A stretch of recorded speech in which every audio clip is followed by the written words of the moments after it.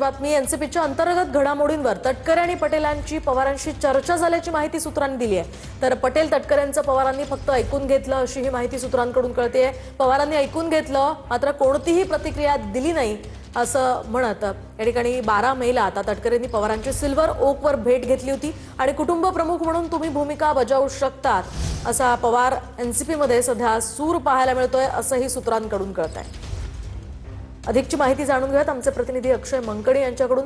अक्षय, राष्ट्रवादीत नेमकं घडतंय काय, सध्या काय घडामोडी घडतायत, काय अधिकची माहिती आहे? एकंदरीतच राष्ट्रवादी काँग्रेस अजित पवार यांच्या पक्षाकडनं खरं तर 29 एप्रिलला एक कार्यकारिणीची लिस्ट जी आहे ती निवडणूक आयोगाकडे पाठवण्यात आलेली होती। त्या सगळ्या कार्यकारिणीच्या लिस्टमध्ये खरं तर प्रफुल्ल पटेल, सुनील तटकरे यांची नावं तर होती, परंतु त्यांच्या नावाच्या समोर कोणत्याही पदाचा उल्लेख केलेला नव्हता। त्यामुळे हे दोन्ही नेते त्या पदावरती आहेत का असा संभ्रम जो आहे तो आता निर्माण झालेला आहे। आणि याच पार्श्वभूमीवरती खरं तर आता 12 मेला सुनील तटकरे यांनी शरद पवार यांची सिल्वर ओक या निवासस्थानी भेट सुद्धा घेतलेली होती आणि या सगळ्या भेटीच्या दरम्यान या दोन्ही नेत्यांमध्ये चर्चा झालेली होती। परंतु या चर्चेमध्ये जो काही विषय होता त्या सगळ्या विषयांच्या संदर्भात मात्र शरद पवारांनी बोलणं जे आहे ते टाळलेलं होतं आणि त्यांनी या सगळ्या भेटीच्या संदर्भात मौन धारण केलेलं होतं अशी माहिती मिळते। आणि खरं तर सुनील तटकरे यांनी सिल्वर ओक वरती शरद पवारांची भेट घेतली।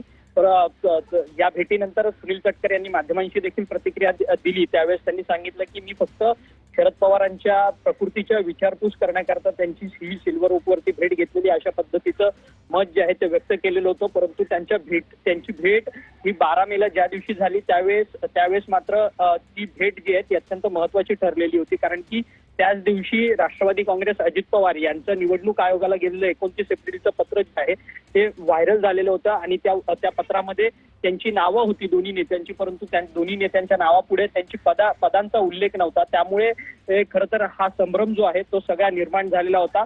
ह्या सगळ्या भेटीच्या दरम्यान शरद पवारांनी सुनील तटकरे यांच्याशी मौन धरलेलं होतं। त्यामुळे सुनील तटकरे आणि शरद पवार यांच्यासोबत जी चर्चा झालेली होती ती नक्की नेमकी मात्र पक्षाच्या संदर्भातच होती। कुटुंब प्रमुख म्हणून पवार कुटुंबियांचे तुम्ही भूमिका बजावा अशी विनंती तटकरेंकडनं केली गेली असल्याची माहिती मिळते।